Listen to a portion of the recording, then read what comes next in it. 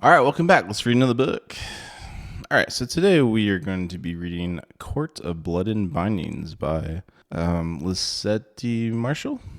Lisette Marshall? Nah, probably not that. Anyways, Lisette Marshall is actually someone I've recognized. I'm very excited for this. When I started out picking random books at 21, after I got the list done, there was two names that I recognized, which was Jennifer Armentrout and Lisette Marshall. So I'm actually really excited for this. We're going back to the Fae. The first three books in the series were Fae, and now we're doing one of the more famous Fae books, so I'm looking forward to it. I see it get recommended all the time. I think she made a new book called The Death Maid Prince, which we're not doing in this list, but we'll get to eventually. Anyways, it was published by Amazon Services LLC, self-published, and it was a little bit cheaper this time compared to the other books. It's a spicy Fae fantasy romance, and it's part of the Fae Isles series. Got it for $6.48. So here's the total 21 series list. We are on book 9, by the way. A Shadow in the Ember by Jennifer L. Armentrout, and then Court of Blood and Bindings were the two that I knew. Romance.io had this book at 436 pages, but the Kindle kind of bugged out. It was at 374, but it feels a little bit more than a 374. So I think 436 is probably where it's at. I didn't do a count. I was just kind of just blazing through, checking it out. Make sure there wasn't any hidden stuff in there. It had 179 ratings, and again, it had an average of 4.05. I think at the time of this recording, it dropped down to a 4.03. Published June 22nd, 2022, so this is one of the newer books we have. 3 out of 5 on the spice rating, but the last book was pretty spicy as well, and I expect this one to be just as much. If anything, I see recommended from Lisette Marshall is that the spice is really good, so I have really high expectations for this. All right, and here is the book cover. We got roses, we got red, we got really spiky thorns. I'm expecting some kind of dom sub thing from this. This is usually what I see for that kind of stuff. I really like the font on this. It's really unique and kind of gives like a 3D, three-dimensional text to it. Shading on it's beautiful. Okay, well, I've got my pumpkin spice candle here. Actually smells really good. We got some orange, I think, for the essential oils. Gonna make it nice, all pretty. I got my reading snuggie on here, so I'm gonna go read a book, and then I will tell you how I like the book. All right, so read the book. It's a little hard to rate, honestly, simply because there's a part of the book that is so damn good. Like the entire book, rest of the book doesn't. It's not as good. It's like I watched a $500 million budget movie and like 10 minutes of it was the entire budget. And it was worth the money. I don't think it was a 5-star read. The first like half of the book was a little slow and the FMC was a little annoying. It wasn't boring. It was just couldn't relate to him, was losing some immersion and stuff. But the second half of the good is insanely good. Easily some of the best writing I've ever read. The first half isn't bad. I wasn't bored. It was a slog. I kept putting the book down, but it was necessary to set up for the second half. So I'm going to give it a 4.5 stars. World building was really good. The magic system was probably one of the more unique ones I've seen, and I've read a lot of fantasy. It's a simple premise for the plot, but it was more there just to kind of like focus on the romance. But it was really good as far as building this atmosphere. FMC and MC were fleshed out and like very like relatable people. It's just the FMC was just really annoying with a lot of her rantings and stuff. Got better later. They both have wonderful character arcs and they're learning to communicate and stuff. And it's all really, endearing and heartwarming to read. Maybe I'm just biased and just sick of this trope of two people like refusing to communicate about obvious things. I have a feeling that it's kind of a thing in like all these books. And then the spice. God, this spice. I don't know how to explain really my feelings about this part of the book. I feel like anyone that's watching this review that read the book knows what I'm talking about, and they're watching this review because of that part. It's some of the best implied teasing banter that I've ever read. This is a 3 out of 5, and they barely took their clothes off during the whole thing, but it felt like a 5 out of 5 with their clothes on. The amount of horniness and depravity that is teased and built up with their clothes on is quite simply alarming.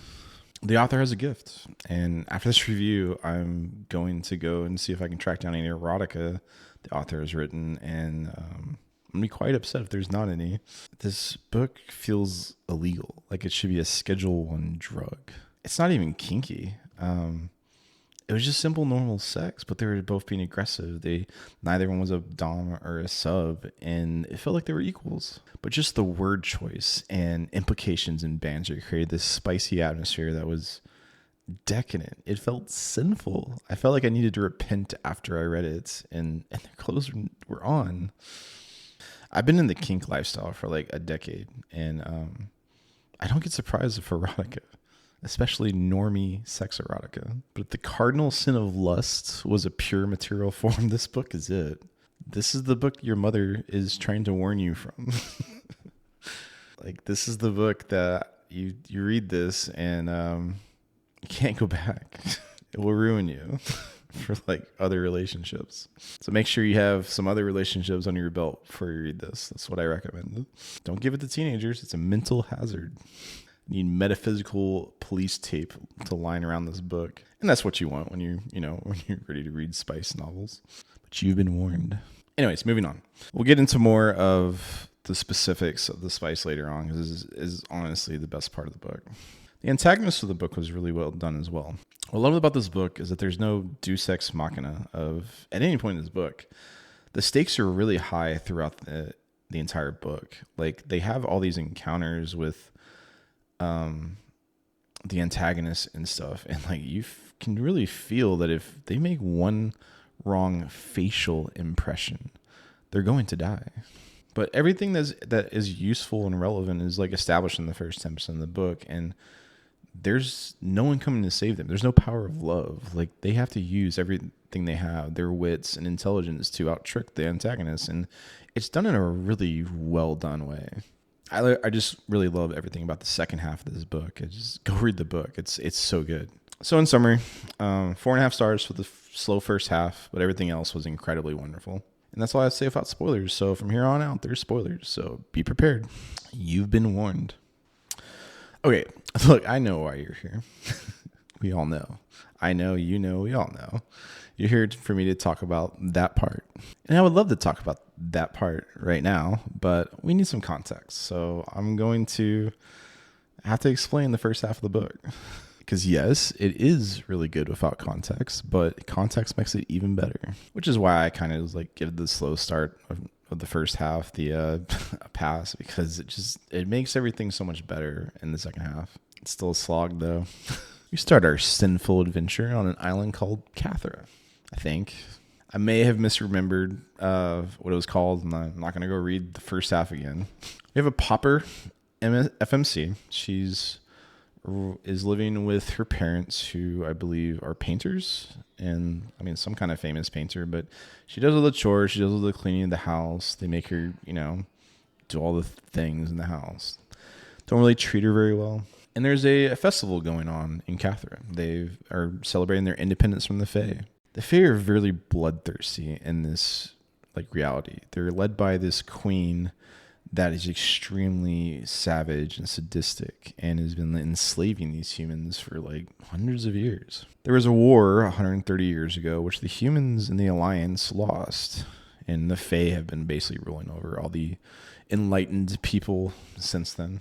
The Fae come around and grab tributes and take all their food and clothing and women and whatever they want and stuff. And there's really no way to fight against them. There's no way, they can't use magic or anything. And the Fae are just extremely good immortals at fighting. It's kind of dark. And if they don't comply, they'll just kill them all. They don't care. They want to see blood. They're bored immortals. It's like if God was evil and just randomly smote people all the time. Anyways, so the island of Cathra has built an iron shield. They believe that the Fae's weakness is iron. and they have some kind of like shield encapsulating the island to protect them from the Fae. They believe the Fae can't get in now. I'm not exactly sure where they got this idea. I mean, I also believe that Fae and iron are like weaknesses and stuff. That's what I've been told, and that's the only movie I can think about that has Fae in it. Villainous with Angelina Jolie. She's very allergic to iron. Don't really know how this iron shield works. Like, they describe it as like ringing the entire island with some kind of iron things, like a wall, and then with some kind of magic, it like fully encapsulates the rest of the island, but never shows this, and kind of feels like it was a scam at some point. Anyways, the island now believes they're free from the Fae, and the humans are all having a celebration. You know, they want to see if it actually works, and so far it's kept all the Fae out. There's like lamb and drinks and dancing and fires, and our FMC wants to go to this wonderful festival, and her parents don't want her to. They're kind of ashamed of their daughter. They've tried to like have some kind of schooling and stuff, but she has magical powers. She went to a place to like learn how to do art and stuff, and she kept burning her dresses and her art with accidental magical leakage, I guess. So they're kind of ashamed of her, and they don't want her to get all riled up and blow up the festival, so they're keeping her home so that they can go have fun while she does chores at home while the entire island is celebrating. Yeah, this is like the most Cinderella story I've ever read since Cinderella. Absolutely horrible. Anyways, our FMC has decided to use this time to introduce us, the reader, to the magic system of the world and explain her magical powers. And I actually found it very interesting. I've never seen anything like this before. I've read a lot of fantasy. Basically, she uses color to do the magic. So she can rip like red off of like a pot or a flower and stuff and turn it white while being destructive. And then yellow is for change and blue is for healing. And then mixtures of the colors to do whatever the hell you want to do. So our FMC is cleaning the lab and gets some red on her tunic, and her mother's going to be very upset. So she goes outside and draws the red paint out of her tunic to blow up a pot so that she can clean her tunic. And at this point, she's like, okay, well, I need to find some blue now to go and heal the pots. And that's when we get introduced to our MMC. Our MMC is named the Silent Death, or Creon, and he's pretty much the most powerful Fae that is known in history. He's basically the guy that you go to send to carry out and murder these islands of any rebelling islands and humans that don't want to give tribute. And she very well knows who this guy is because he's in paintings, he's in history. They sing songs about this asshole that just murders all these people. So she's very scared, and he just saw her use magic. So he flies off and goes and does brooding emo things, I guess. I don't know. And she runs to the festival to warn everyone that the Fae are here. They got past the Iron Shield somehow. No one believes her. You know, they all think she's hysterical. And then she goes home and goes to sleep. I don't know how you're going to go to sleep at this time. The Fae are here. Like, it's not going to go well. And that's exactly what happened. She wakes up in the middle of the night, like 2 a.m. in the morning, and the entire village is on fire. Not her house, though. She goes outside, watches it all burns, and the Silent Death shows up right next to her. She flings some red at him, and he immediately just blocks it.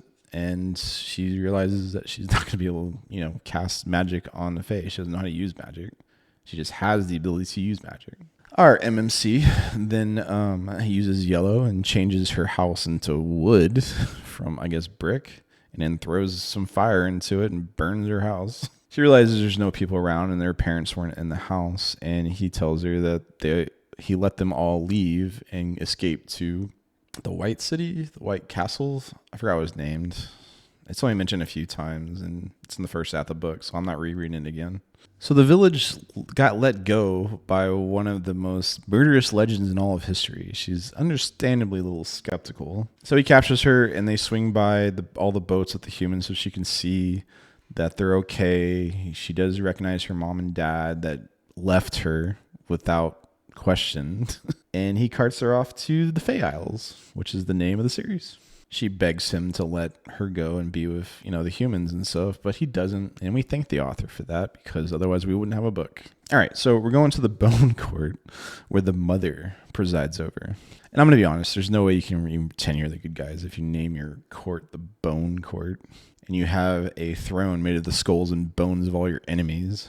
And then we're introduced to our main antagonist, who is the mother.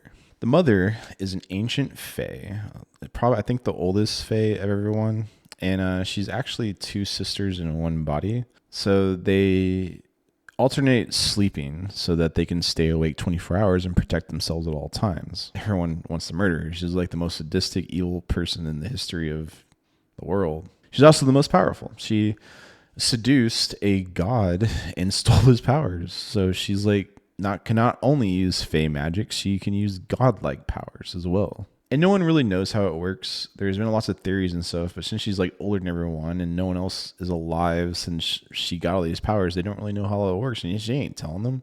She never leaves this throne. She's always presiding in the court, and she's bored and murders people like in her court all the time. She's very sadistic. And you get this feeling of just danger every time she's present and stuff, and the other fae are around there. Like, it just feels like as soon as you just look at something wrong or say something wrong, anything like that, she'll just kill you. It's really interesting seeing all these parties and stuff with the mother throughout the entire book, where like you're just expecting her just to blow up and kill someone all the time, including our FMC, who's a human, and she doesn't care about humans. She cares about the fae. So the MMC introduces her and tells the mother that he, destroyed the island and killed everyone, which surprises the FMC because she knows he's lying, which helps her to be intelligent and keep her mouth shut and go along with it and stuff. And basically MMC tells the mother that he wants to keep the FMC around. This is like a sex pet. He finds her fascinating and wants to use her, which is what the rest of the fae all expect from fae. They don't expect the fae to take any human lovers. They want to take fae lovers. So like any kind of human pet is like temporary. So that's what they expect. At this point, we go to the MMC's house, a pavilion on the beach and stuff, and we start getting introduced into our loop for the next 40% of the book. So we've gotten about 10% of the book now, and then the next 40% of the book is basically them getting to know each other, learning how the magic works. He's training her to be to the magic because she's unbound. So one of the things that the mother does to keep her reign protected is she binds every single mystical, magical creature like the fae or phoenixes or elves, so they can't use magic around her. All right, it's protected. No one can use magic on her. She can use magic on everyone else, but no one can use magic on her. She can't be challenged. And this human that the MMC has found can use magic and is unbound. She's pretty much the only person in the world that can use fae magic and possibly kill the mother. And that's his plans. He wants to kill the mother. He wants to get rid of this fae sadistic leader and stuff and free the humans and free the fae to be able to do what they want, because he is being told to kill people and she's more powerful than him. So if he doesn't do what she wants to do, they're going to die. Like, anyone that challenges her dies. They have to go along with her and make her happy and stuff in order to keep living. So our MMC is also mute. He can't talk. That's why I call him the silent death. And he has to write things in his little notebook and stuff to be able to communicate with her. And I love this, having a mute MMC. This is so different. And he can't call her kitten all the time or say stupid shit and be an arrogant asshole. He can with his eyes and his body and his shrugs, but he can't at least say some stupid shit that makes me roll my eyes at least. It was really refreshing seeing this MMC that's mute. It was wonderful. And then the antagonist sends Faye to go and check up on our MMC and FMC. And it always felt like this huge sense of danger every time any other Fae was around and stuff. And like, it was a game that you didn't know the rules to and stuff. And she had to navigate all these politics and Fae culture and stuff to be able to survive, because they'll just kill her if she does anything wrong and she doesn't know what all the wrong steps are that will get her killed. And they're all really intelligent and smart and suspicious and stuff. Like, they don't trust the humans at all. And it's just really satisfying seeing intelligent villains for once. It's like they're really well written, and it's really immersive seeing this bleak look. Like there's no one coming to save them. There's no gods. There's no powers that hasn't been explained and stuff. It's just the two of them against this entire Fae court of trying to kill the mother. They don't even have a plan or anything. They just want to fight against them, and they start training and stuff. And like, you know that any wrong move, they're dead. And they think that the Fae think that they're the MMC is using FMC for sex and stuff, so they have to be close, even though they want to. She's afraid of him. He's murdered more people in like the entire history. That she knows this and stuff. He's got blood on his hands, and it's not like fake and stuff. Everyone has seen it, so he could very well be very deadly. So she's afraid of him, but she still has to like look and play the part of being in love with this guy, or she's going to die. And their only saving grace at this point is that the mother and the other Fae don't see them as a threat at the moment. It's quite the setup for a story. I really liked it.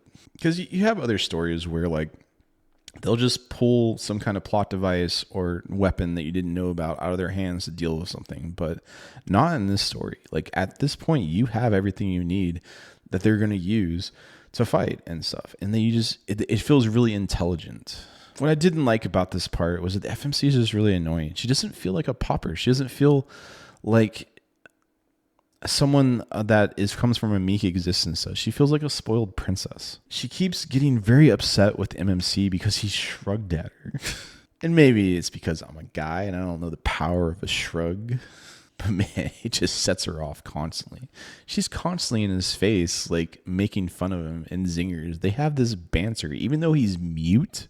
They have this wonderful banter that's super fun, but it's also just not relatable too, because she's supposed to be a pauper. And I get that she's really upset and traumatized from having her entire world ripped out from under her. And like, I get that and stuff. I just feel like you shouldn't be pissing off the one guy that's protecting you right now. Because if the MMC goes away, there's no one coming to save you. And the Fae are sadistic. Like, I feel like you'd have some kind of reservations here, my girl. So it was really hard to relate to it. And it kept going into this cycle of just her just getting pissed off at small things he's doing. I'm like, give him some grace, I guess. He's making you breakfast.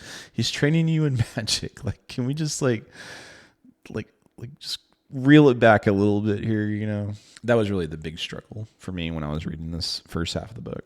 It just felt like no one's ever shrugged at her before. Like she just got completely triggered for that, just constantly. I really like the mute part because he has to be very intentional with all of his communications. He can't just throw one-liners out and be an asshole like we see in these other books and stuff. He has to write it down and get her attention and be intentional and like learn. And it's really believable that she starts teaching him sign language and he's getting really into it. So the fact that he's so happy and makes the effort to learn sign language so he can communicate with her is what ultimately sparks them falling in love with each other. And it's such a wonderful, endearing, heartwarming moment. And that is going to be very important very shortly.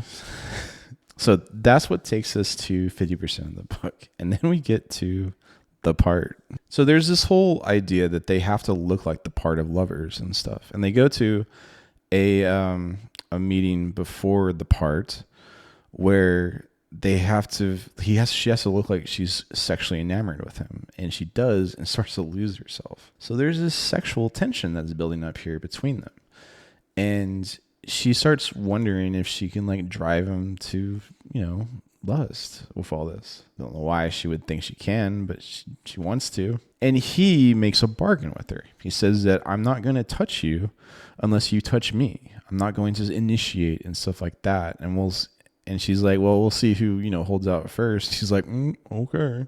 And this is where we get to this idea of this game. She's like, man, I can't lose this game. I'm like, what are you talking about? What's the plan here? You're going to drive him to grab you and take you? Like, is that winning or losing? And I think she thinks it's like losing is her touching him first. But what is winning? because she has this idea that she doesn't want to like be like sexual with him at this time because he's a murderer and stuff. Like, what are the win conditions for this game? All I know is I know what the lose conditions are, and I want you both to lose at this point. So he's being very smug, and he knows he's hot, and he knows that he's like driving her up the wall and stuff with his sexual attention. He's like using it, giving her smug smiles and like being a little cocky asshole. She's like, I'm not gonna lose. I'm gonna make you break first. Okay, so that's the scene for what we get to the parts. So he's been skipping some parties and stuff for the past 3 weeks while training the FMC, but he can't skip any more parties. He's being summoned to a Fey blood orgy thing, and she goes and makes her own dress because she's she's a popper, she's a seamstress, and she's a painter and stuff. She learns how to make her own dress, and she's very sultry. She intentionally makes the dress to drive him up the wall. She knows like his favorite color and like what turns him on and stuff like that. So she intentionally makes this dress just to drive him up the wall. She's not going to lose this game, That's how we're doing this. So we get to the orgy, and the first thing that happens is some guy tries to touch the human. He thinks that she's just like some sex pet, so all the Fae can have her, and immediately dies. Like, there's this trope of touch her and die, and that's exactly what happens. And they get blood on themselves now. And I don't know if she kind of thought it was hot. And now she's like really turned on, and he's really turned on for like adrenaline running through him. And so they start to notice that all the eyes are on them. They haven't really been acting very sexual towards each other. They're not really convincing the queen, the mother. She's like, are they really in love? And that's what starts the game. And that's where we get to the part. I'm going to tell you right now, I'm going to try and describe this, and I'm going to fail, and you're going to have to live with that. There is no possible justice I can give this, or you can give this. The only person that can give justice to this is the author, and she already wrote it down. So if you want to really feel this next part, you have to read the book. And this part is literally worth the entire purchase of this book. It's like, it was $5. Like, it's so good. Go read the book. So she's trying to seduce him without touching him. Because if she touches him, he can return the favor. That's the bargain they made. He's not going to touch her unless she touches him. So she's trying to figure out how she can get around this. How can she make him touch her first? And so she wins. And she realizes that she doesn't have wings and he does. So if she touches the wings, he can't return the favor. And oh man, are Fey wings sensitive. So she starts driving him up the wall with his looks and his eyes and his touch. And then she accidentally touches his chest, and he pushes her up against the wall and is just feeling her up. And she's just starting to lose herself to insanity and depravity and lust. And so is he. And they just keep one-upping each other with banter, with eyes, with implications, with teasing, touching, and gestures, and just they both don't want to lose this game of who can make the other jump the other one first. It is absolutely so much fun and sexy. And he says probably my favorite line in this whole thing is that she's like, why aren't you breaking and stuff? She's like, you're so easy to defeat when you want to lose. And then she just ones up him and stuff and drives him up the wall. And then he's feeling her up, and he has this sign language, and he starts signing into her wet, sweaty, lustful chest. Stop me from touching you. She doesn't want to stop him. So then they start just driving each other wall more and more and more until finally they bust into her room and like kick out a threesome that was happening in this orgy thing. And they just start stripping each other down. And then she's on her knees with him in her hands, and they're looking each other in the eyes, and this lust is just going nuts. And she looks up at him, and she's like, if I am with you, am I a monster? And this is where he breaks, and the lust loses from his eyes and stuff, and he gets into his emo-ness, and he becomes vulnerable and looks down and he's like, if I'm with you, am I innocent? And then they go at it. They have sex. I can't do this any justice. You have to read this part. It is amazing. And they just become two feral animals. And then after the sex, after they're done and exhausted, she rips open his chest and just starts licking him, all the sweat off of him. I'm like, this is sinful. Like, I'm not going to do this injustice, so I'm going to do something else. I'm going to give you analogies. I can do analogies. All right, so we're on the side of a mountain, all right? And there's two people racing their cars around the bends and like roads of this really fast cars. And there's nothing in the way of them careening off of the side of the mountain into an abyss of lust, passion, and desire, all right? So they're both racing as fast as they can to see who can come closer to the edge without falling off. And they're like, haha, I'm winning. Because if either of them lose, they're both going off the deep end. And I'm like, what do you get for winning? Like, I understand losing. It's like, haha, I got closer to becoming a feral lust animal and didn't lose my cool. I'm winning. I'm doing better than you because you're close to, you know, being a feral lust demon as well, but I'm closer and I didn't become one. What are the rules? And the writing just gets more furious and passionate and decadent. You can just feel like the intensity from the author. She's writing this like faster. She's just typing faster. And no one's clothes have come off. It really reminds me of Edgar Allan Poe, where The Raven, where you're just watching this person devolve into insanity as they just go crazy with this raven and their idea of their wife and stuff, and just watching someone become mad and delve into madness. But in this case, it's not madness, it's lust and desire and passion and a feral little demon that just has to have sex. It's madness. It's completely unhinged, and I want more. I'm with the FMC and the MMC. They can't get enough of each other.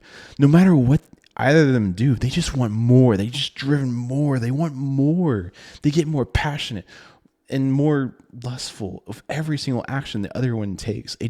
There's no sating themselves. There's no satiation here. And I'm with them. I want this. And then we get back to the boring part after this. Like, they wake up in their bed and they talk about like what they did all night. And then she goes outside and like get back to this plot of killing the mother. I'm like, what? How can we go back to this after we just had this? Did you just not write this completely unhinged, lustful encounter that we all just read? That's when I realized, it's like, I'm addicted now. How can you expect me to go to island life with these two degenerate, lustful, unhinged creatures in bed? Like, get back in bed. What are you getting out of bed for? Do it again. I don't even see her as human anymore. She's just a force of pure sin. What the author wrote should be illegal. I was fiending for that writing again. I was just scratching my neck. I'm like, got any more of that smut, please? Did the room just get cold? Like, is there any more of the erotica scenes, please? Just a little more? Just one more hit? The Christians were right. Like, this book is absolutely sinful. Like, I need to go repent after reading all this and stuff. Like, this is the book that your mother warned you about to never read. I understand now. Like, the rest of the books I read, like, didn't ruin me. Like, this will ruin you. Especially if you don't have the experience and understanding of what a normal relationship is first. God, I can just see like a teenager getting a hold of this book and like never being satisfied for the rest of their lives. I didn't know my mind could be defiled. I feel unclean after reading this. And all I want to do is devolve back into my sin. Give me more. I need more of that right now. And I'm not okay. I need to repent, but I'm not going to. It's really the world that is wrong. If that scene was wrong, I just don't believe it. I can't believe that. The world has to be wrong. This is right. This is what I need. This is all I need in my life. The world is wrong. Burn it all down. Just give me my smut. Give me another hit of Lisette Marcel's smut writing. Like, please. And it's not like it's a toxic relationship at all. It was actually quite healthy and endearing. Except for the unhinged lust part. Like, it wasn't unhealthy, but it felt unhealthy. Like, if I was on a diet and I read this, I'm pretty sure I just blew a week's worth of snacking. And that's why I like this analogy of this feeling like a drug. Like, this was a dopamine hit. Absolutely. Like, everything just pales in comparison after hitting this. Like, I can't go back to reading normal writing from our author. I have to get this. I want to reread this again. my fragile little mind here. And I've been evangelized now into this game the author speaks that has no rules and no winners. And I want to lose. I want to go on Tinder now and all these apps and stuff and just find matches and just like start quoting the author's writing to them until they become like a complete unhinged, lustful demon, and then block them and be like, haha, I won. What did I win? I don't know. Lifelong addiction to the author's writing. Huge feeling of like inadequacy in my own writing now. That's what it feels like the author has done to me. Like, how do you drop this on me and expect me to live after that without this book? Such a tease. I mean, I guess I can go reread that part one more time. I've been through therapy. I know how to regulate my emotions. You might not be able to, and I feel for you. Go read the book. That part is that fucking good. Anyways, I don't know. The author expects us to actually continue on the book after dropping that on us. I gotta persevere somehow, you know. So our relationship has a new dynamic now. They're not virgins anymore. I don't think either one's a virgin, but like we got some shit happening now. And the FMC like gets out of bed and goes to the woods and talks to La Resistance. So during the book, I haven't mentioned it yet, but the Alliance or the Resistance has two mystical creatures, an elf and a phoenix, hanging out in the Feywoods for reasons. They actually don't go into why they're there. They're just there. And they save our FMC from a dog and stuff. And they just, been hanging out for her. They like the human. So if they want to protect humans, they want to kill the mother and, free all the humans. And they're trying to get her to go back with them, but she wants to stay because she knows that she's like kind of the last hope for humans to kill her. And she doesn't tell them that she can use magic, but if they knew, they might capture her or something. You don't know what people are going to do when they found out someone that's unbound magic. Like, no one has unbound magic, so you don't know how they're going to react. So we have these secrets. She gets back. She finds out that the MMC has to go and kill an island of humans. Apparently, another island is rebelling, and the mother is going to send the Silent Death to go deal with him. And he doesn't want to. He doesn't want to kill the humans anymore, but he has to, because if he defies the mother, he's going to die. And she's upset with this because, she doesn't want him to kill humans. That's the whole point why they're here and stuff. But he goes and stuff and comes back. And he killed them in a way where he took their pain, so they didn't suffer while he killed them. And she's like, aw. And like starts helping him, and I'm like, reading the whole time. I'm like, yeah, he just murdered a bunch of people. Like, oh no, he didn't torture them. They're dead. I was feeling really weird. Like, all right, okay, girl, you jumped out the deep end and you're fully in love with him, and now we're starting to make excuses for him murdering people. Like, I get that, and I get that he has to kill them or he's going to die. Like, I understand that, but like, she's like, oh, she's so sweet. She didn't let them suffer while he murdered them. Like, you should be a little revulsed, Like, there should be some revulsion here, but there's not. So she heals them, and they get into this wonderful banter once again, and where they just like drive each other up the wall, and it's not as good as the other part, but it's still good in its own way, and like. The banter is on another level. Oh my God. And the guy is mute. Like they're bantering and he's mute. But I'm not going to describe that scene. You have to read it for yourself. It's very good though. I really did enjoy that as well. Like, the author has skill in writing erotica or smut, whatever. This isn't erotica. Anyways, so they go to sleep again and she goes back to the woods, and then she finds out that our MMC is half demon. So how this works is a demon can feel and manipulate emotions of another person, but they will feel the opposite of whatever their target feels. So if they're torturing someone, then the demon feels amazing. And this is actually quite clever as well. We got two interesting magic systems in one book. Wow. So she finds out that he can manipulate emotions. So now she's like understandably sus.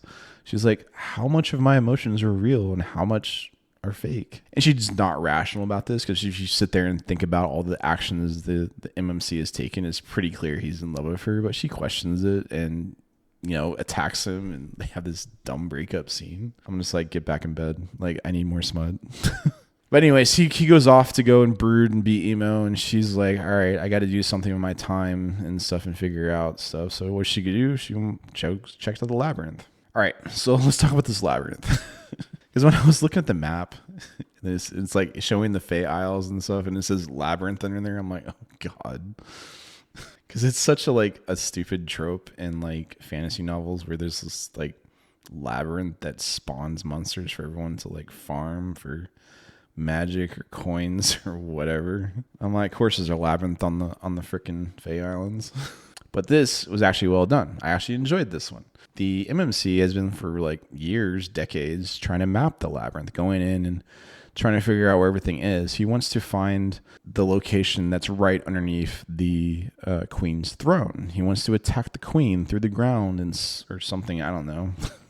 Didn't really go into that, what his plan was. He just wants to find a way to get closer to the queen without her knowing, really, so that he can have a chance to attack her. But he hasn't been able to really get through. He's like being methodical and is taking his time. He's finding all the splits. So our FMC has this genius idea. She's like, why don't we just ask the labyrinth where to go? I'm like, wow, I can't believe that worked. Because the labyrinth is sentient. It can change colors and stuff in the labyrinth. And it talks to her like for yes is like warm air and cold air is a no. And she's flirting with the labyrinth. It's flirting back. And I'm just like, what is happening here?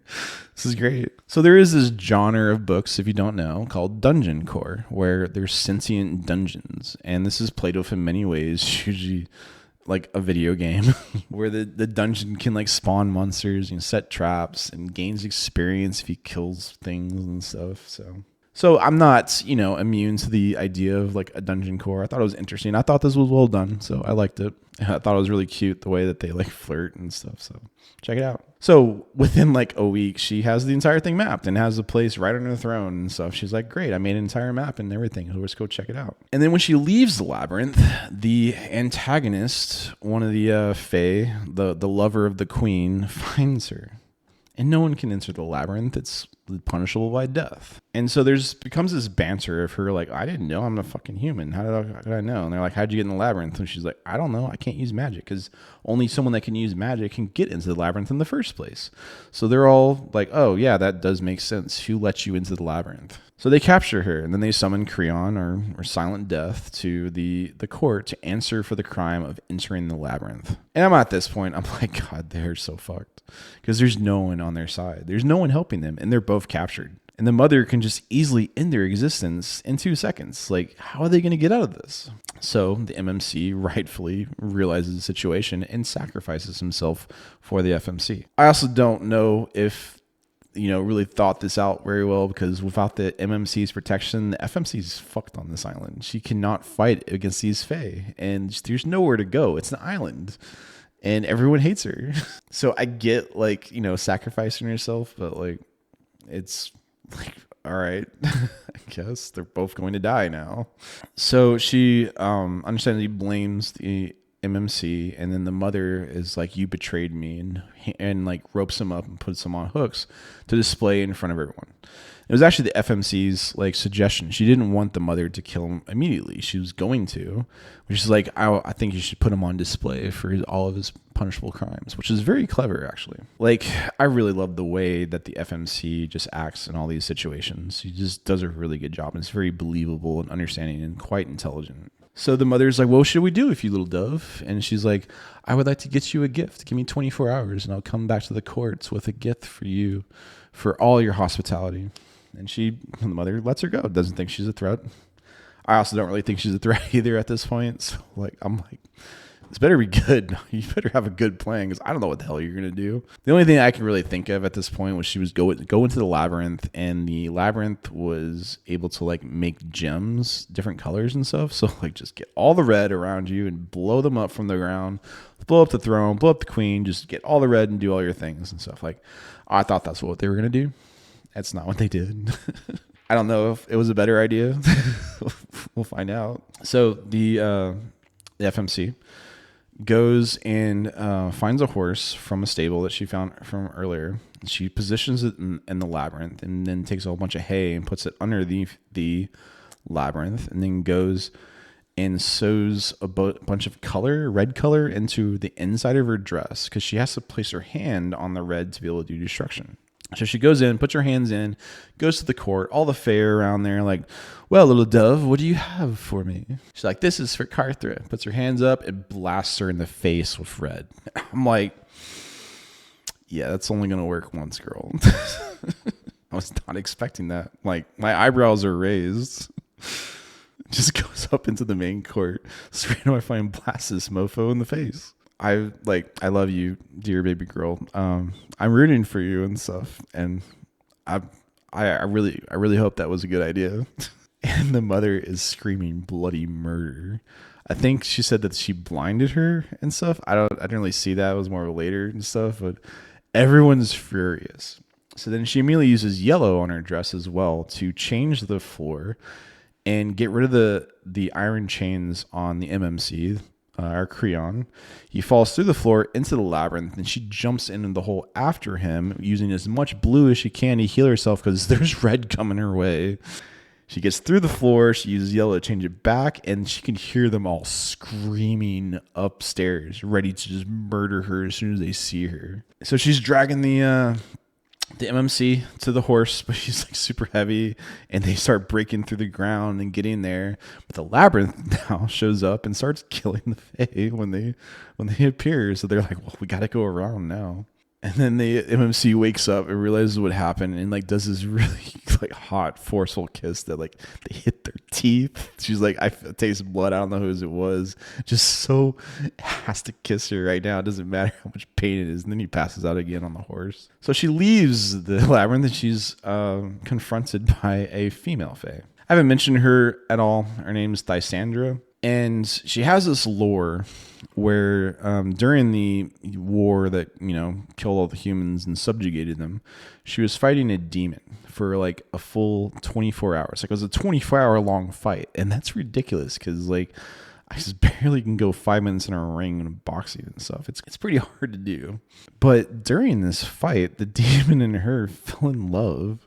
I guess being cut and is a thing for the fae, and they seem to be both like sadistic and masochist at the same time. But they've been in love and they've been yearning for like over 100 years, and they both don't know that the other one is yearning for the other one. They can't communicate. But the mystical creatures in the Alliance or La Resistance know about the demon and tell our FMC Emmeline that the demon has been like yearning for her. So the female fae is about to capture her, and she's like, look, I know the demon is in love with you. He talks about you all the time and uses her pet name for her. And she's like, really? You met the demon? She's like, yeah, if you let me go and let me get back to the Alliance, I'll pass on any message you want. And I'm like, wow, this is actually kind of clever, I want to see what happens. The fae woman's like, tell her I should have slit her throat and killed her in the war. And I'm like, oh God, now you're fucked. And then the female fae is like, okay, now go tell her that message. I'm like, what? Like that is a toxic relationship. Anyways, our FMC and MMC make it to the Alliance. The fae are crawling over the island. They're about to get to them, and our elf alliance and stuff teleports them into the sequel. And that's how we end our book. I thought it was really well done. Except for the first half, like as I said, like it was just really slow building up. Like I just couldn't really relate to the FMC being like this pauper background, and then all of a sudden being like this spoiled princess and like just getting completely wrecked and triggered by shrugs. But in general, I did enjoy this plot. I enjoyed the entire book as far as that goes. The world building was great, and I really loved the character's journey here. So yeah, definitely a 4.5 stars. Okay, so this is usually at the point where I go into a deep dive with the FMC, MMC, antagonist, world building, and plot, but I can physically feel the book on my coffee table, and I've been away a little too long from the book. I need to go reread that part again and figure out how I'm going to like produce my own dopamine at this point and somehow without this book in my life. I mean, I can't just keep rereading it, can I? God, why is it so cold in here all of a sudden? So thank you, author, for giving me a new lifelong addiction to your writing. I can't wait to read and reread everything that you've written, because they're all going to get read and reread forever.